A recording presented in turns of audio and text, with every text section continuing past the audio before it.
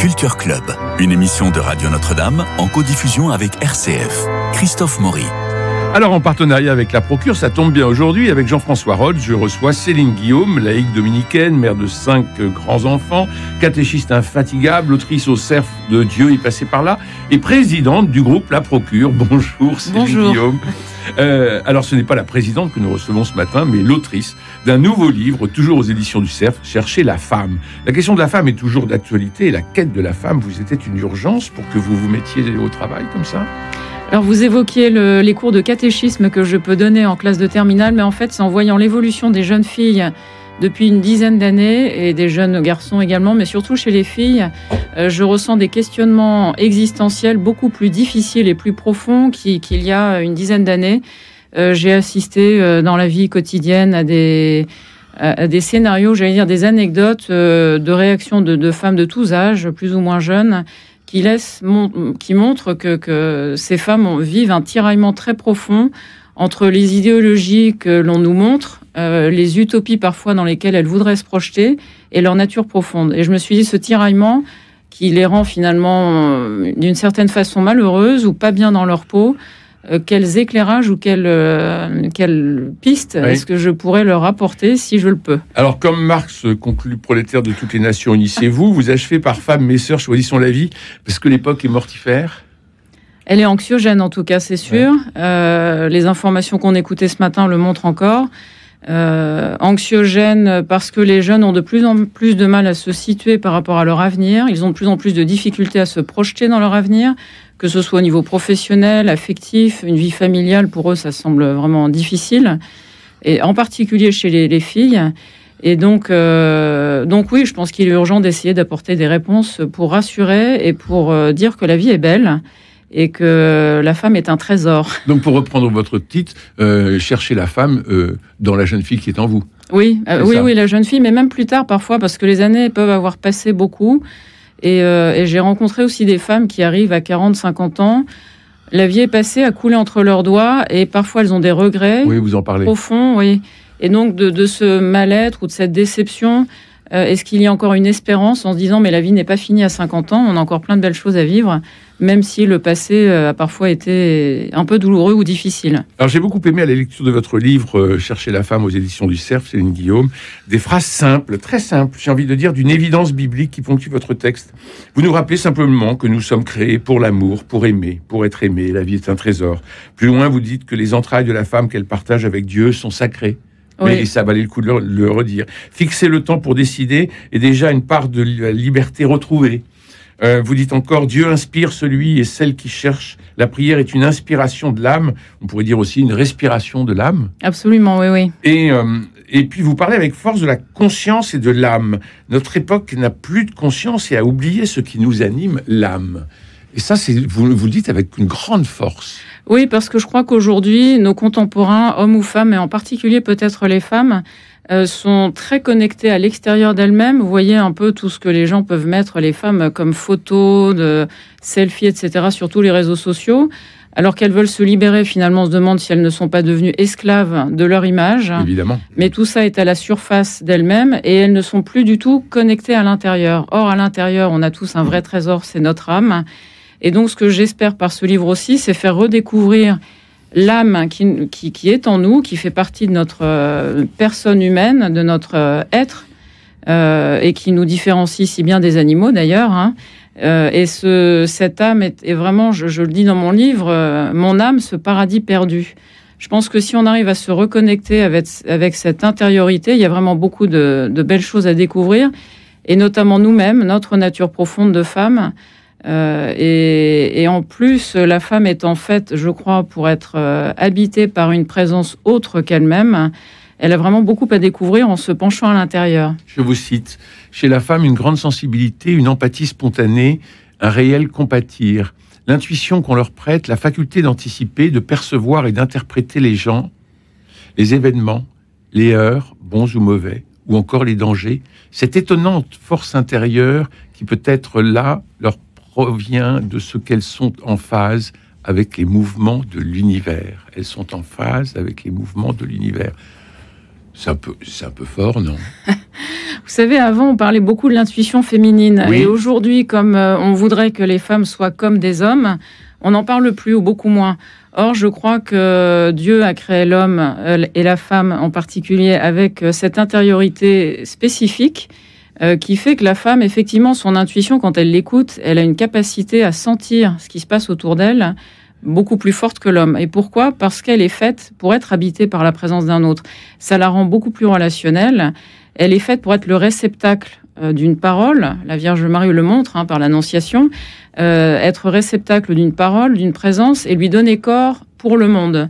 Alors de façon bien différente, parce que toutes les femmes n'ont pas des enfants et en soi, heureusement, c'est pas forcément dramatique. Ça peut être une souffrance, mais elles peuvent porter du fruit et être porteuses de vie autrement que par la maternité. Et donc cette capacité à être en phase avec l'univers, avec le monde, avec l'autre, avec les autres, leur donne une force, je crois, qui leur permet de traverser beaucoup d'épreuves aussi. Jean-François Rode.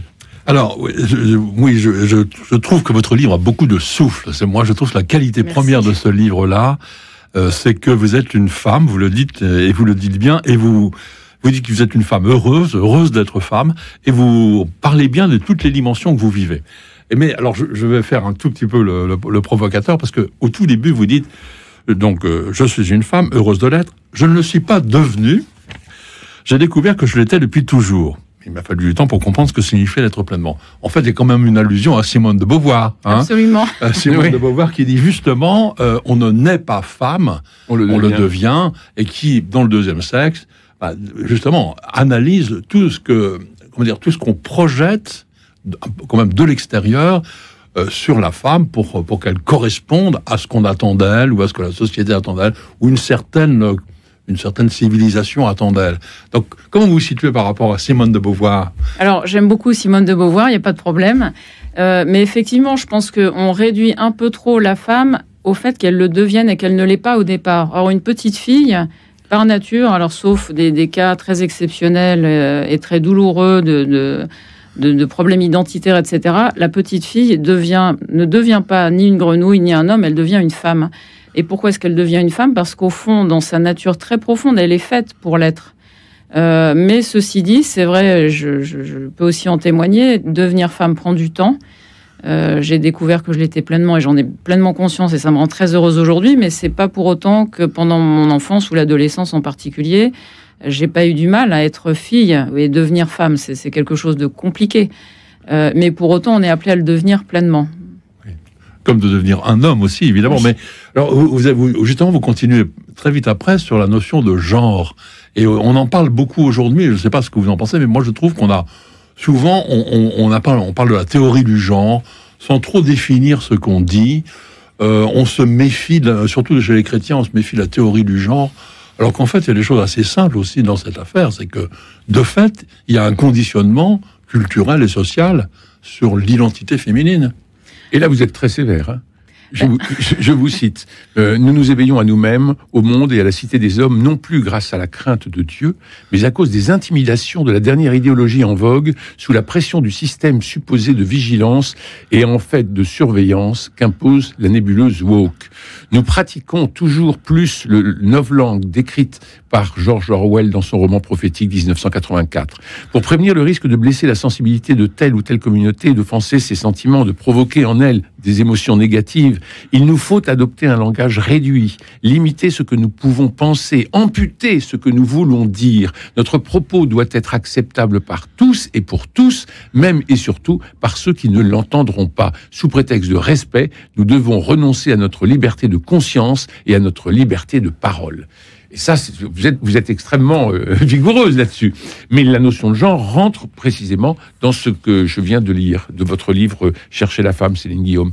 Alors, étant croyante, moi, je fonde beaucoup de mes convictions sur l'anthropologie chrétienne. Quand on prend le récit de la Genèse, Dieu crée l'homme et la femme. Il ne crée pas que des hommes, il ne crée pas que des femmes, il crée l'homme et la femme pour être unis et complémentaires. Aujourd'hui, on vit dans une époque où il faut tout déconstruire. On a tout déconstruit et on y arrive assez bien d'ailleurs. Mais à force de tout déconstruire, tout à l'heure on parlait de l'anxiété chez les jeunes, eux les premiers ne savent plus qui ils sont. Alors qu'en fait, c'est quand même pas très compliqué au départ. sauf exception, un homme est un homme, une femme est une femme. Et à force de, je pense, complexifier les choses en refusant d'admettre des évidences, on se rend très malheureux en fait. Donc partons d'une base, je crois, assez saine de se dire, oui, globalement, encore une fois, sauf à quelques exceptions assez rares quand même, un homme est un homme, une femme est une femme. Encore une fois, ça ne veut pas dire que c'est facile de l'être. Il peut y avoir des crises existentielles, identitaires très fortes et qui peuvent durer longtemps. Mais pour autant, essayons d'être fidèles à notre nature profonde, parce que quand on trouve cette cohérence entre notre nature profonde et ce que l'on aspire d'être, bah finalement, on trouve, c'est une voie vers le bonheur aussi, de simplicité. Autrement dit, pour arrêter de se torturer, acceptons les joies de notre propre sexe. Ah oui, absolument, oui.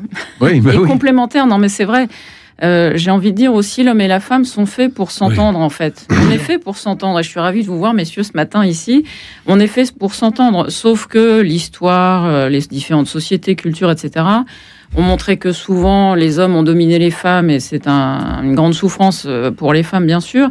Mais il ne faudrait pas tomber dans le travers opposé, qui serait de dire, les hommes nous ont suffisamment dominés, maintenant c'est à notre tour de les dominer. Je pense que si on tombe là-dedans, alors oui, on y arrivera sans doute, on commence à y arriver assez bien. D'ailleurs, les hommes ont de plus en plus peur des femmes. Oui. D'ailleurs, il faut mettre des femmes partout. Non, mais c'est vrai, à tous les postes, à tous les niveaux de la société, c'est une bonne chose. Mais encore une fois, si l'objectif c'est d'écraser les hommes, on n'aura rien gagné. Enfin, on n'aura pas tellement avancé, on va pas faire avancer l'humanité.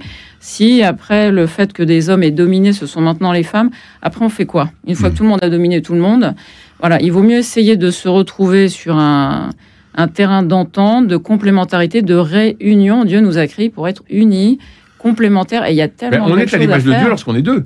Ouais, exactement. Voilà, on n'est pas fait pour être seul. On n'est pas fait pour être seul. Il n'est pas bon que l'homme soit seul, voilà. dit Yahvé. Ouais. Et vous dites avec force que Ève ne sort pas de la côte d'Adam, mais de son côté. Du côté, exactement. On a reçu Hélène de Saint-Aubert, oui. et vous connaissez le livre, là, formidable, hein, une analyse justement du livre de la Genèse, le chapitre 2, où il montre bien justement que Dieu crée l'humain encore asexué, c'est en donnant Ève à Adam qu'il crée à la fois la femme et l'homme et la femme dans l'union. C'est formidable. Elle fait une très belle lecture. Je vous cite encore. Mon gros moi s'ennuie tout seul, mon âme ne vois-tu rien venir. Car oui, à force de m'occuper de mon ego pachydermique, je finis par dépérir à en mourir. La tristesse m'envahit, le cafard s'ensuit, l'acédie, ce dégoût de l'âme qui se tapit, fourbit son poison. Et je trouve ça formidable dans votre livre, Céline Guillaume, de rappeler l'acédie comme un peu le péché oublié. Exactement, c'est un mot qui a à peu près disparu du dictionnaire et que très peu de nos contemporains connaissent. Or, cette tristesse de l'âme, ce dégoût de Dieu même, pour aller plus loin, est très réel. Et notamment, curieusement, quand on arrive en milieu de vie, cette tristesse, cette tentation de la tristesse, de la nostalgie d'un monde qui n'existe pas ou qui n'existe plus, peut être très fort. Et je pense que l'histoire du gros moi, mon gros moi, parce que je suis tentée, comme tout le monde, par l'orgueil, etc. L'ego pachydermique. Et voilà, on voit bien qu'aujourd'hui, il y a une vraie quête intérieure. De plus en plus de personnes cherchent à participer à des séminaires de bien-être, développement personnel, etc. Et c'est une bonne chose. Sauf que si je me cherche moi-même, alors je vais trouver mon nombril. Mais si je ne cherche que mon nombril, à un moment donné, je vais être très malheureuse aussi. Mais je peux aussi chercher mon équilibre. Non, mais il est nécessaire, il faut se connaître soi-même. Oui. Mais ce que je dis, c'est mon gros moi. Moi, je vois vraiment l'image de la femme et je me parle à moi-même quand je dis ça. Assise sur un siège avec mon nombril et mon gros moi qui prend beaucoup de place, comme un ballon de baudruche. Et ce gros moi prend tellement de place qu'il n'y a plus de place pour accueillir quelqu'un d'autre. Ni un conjoint, ni un enfant, ni la présence d'un autre, quel qu'il soit. Et donc, mon gros moi, c'est bien de m'occuper de moi, mais il faut que ça reste équilibré. Et donc, pour que ça reste équilibré, il faut introduire la présence d'un autre, Dieu ou un autre. La Terre regorge d'humains sur Terre et c'est heureux. Donc voilà, il faut vraiment introduire. On est heureux dans la relation avec les autres. Nous sommes des êtres de communication et pas faits pour être seuls. Mais il ne faut pas se tromper de cible non plus. Je vous cite encore. Et si restant seul depuis tant d'années, je crois chercher ma moitié, ne suis-je pas en réalité en train de chercher mon image? Comment puis-je trouver l'autre alors? Oui, en fait, je connais quelques femmes qui sont seules, qui n'ont pas de famille, et ce sont des situations non choisies pour celles à qui je pense. Et parce que l'expression est très courante, l'une disant « mais je cherche ma moitié ». Et en fait, ça m'a fait réfléchir. Je me suis dit « mais est-ce que c'est juste de dire que je cherche ma moitié ?» Si je cherche ma moitié, en fait, c'est que j'ai trouvé ma moitié, moi, mais qu'il me manque mon autre moitié. Mais c'est ma moitié que je cherche et non pas l'autre. Mais c'est un peu contradictoire avec ce que nous venons de dire, puisque nous venons de dire qu'il n'est pas bon que l'homme soit seul et que ce n'est qu'à deux que nous sommes à l'image et à la ressemblance de Dieu. Donc il y a bien une moitié pour que nous soyons un devant Dieu. Alors je préfère dire je cherche l'âme sœur. Oui. Je cherche l'autre âme qui va venir compléter ce que je suis. La pièce du puzzle. Oui, c'est ça. Alors que ma moitié, la crainte, ce que je crains en utilisant cette expression, c'est que je me cherche moi-même et que dans le regard de l'autre, je cherche le reflet de moi-même et non pas l'autre pour ce qu'il est. C'est ça, en fait. Hein. C'est le risque. Voilà. Mais évidemment que l'altérité est belle et qu'on est fait pour ça.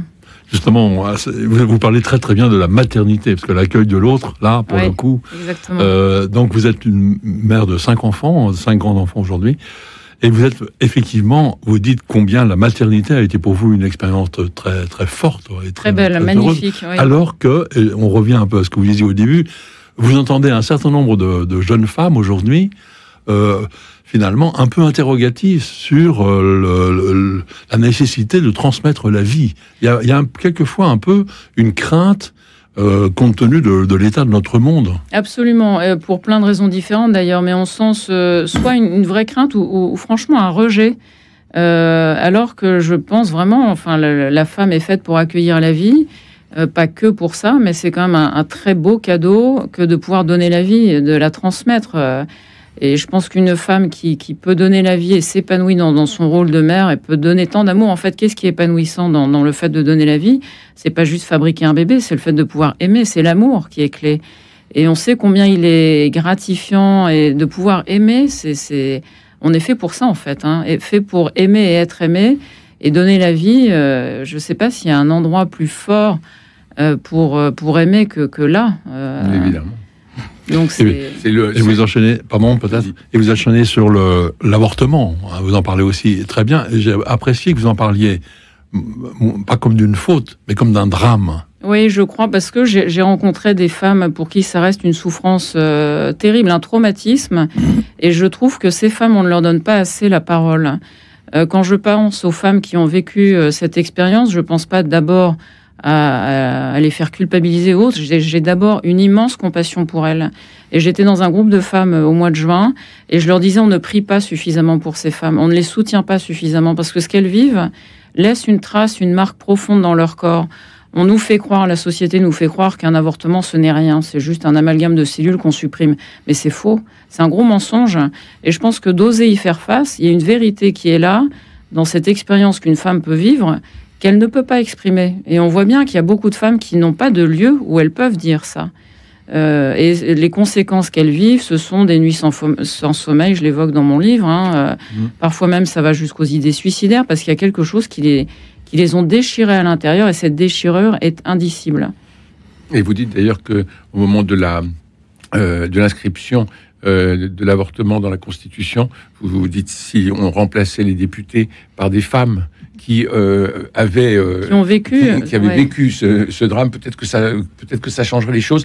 Et encore une fois, cherchez la femme, Céline Guillaume, lorsque vous évoquez l'avortement, vous parlez moins de la question de la vie du fœtus que la femme qui est qui peut être complètement détruite, psychologiquement et même physiquement. Alors, nous parlions tout à l'heure du couple, de l'homme, de la femme, ils sont complémentaires. Moi, j'aime bien, vous avez des phrases formidables, du genre, les femmes boivent un café, les femmes boivent un café, les hommes se servent un verre. C'est ça.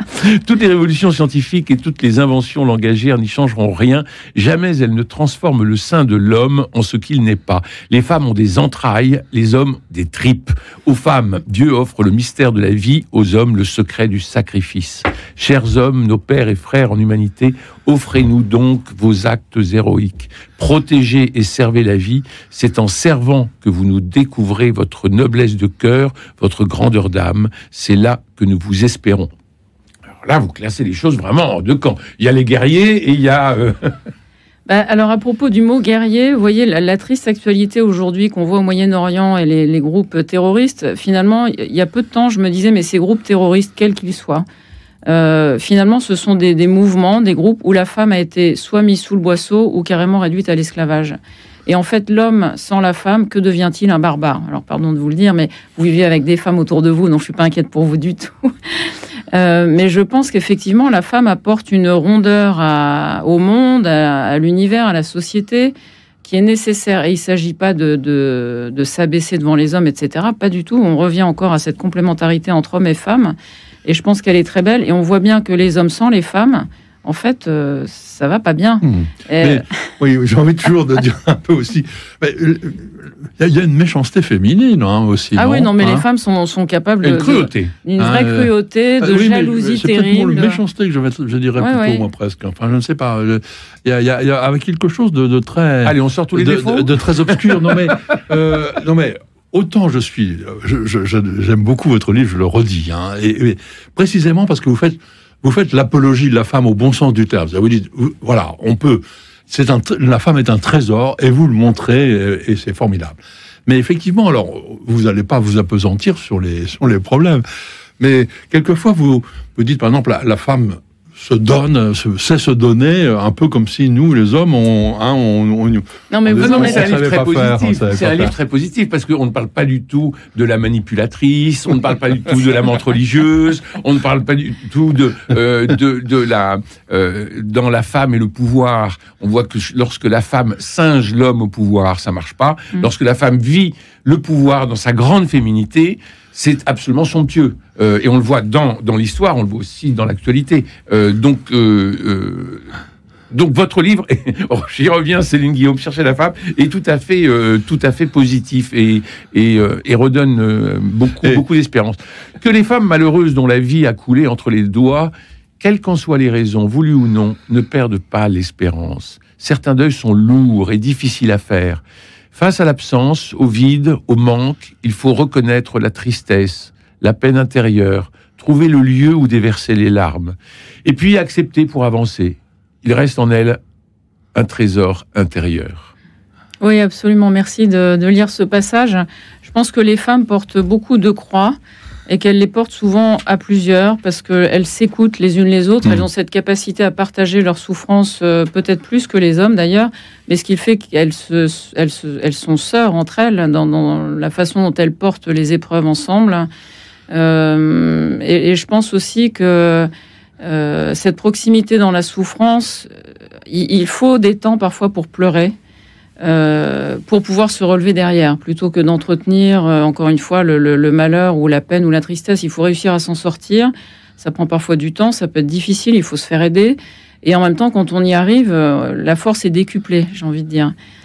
Les femmes ont besoin qu'on prenne soin d'elles, les hommes qu'on s'occupe d'eux. Oui. Couper là sous le pied, c'est la phrase que j'ai lue.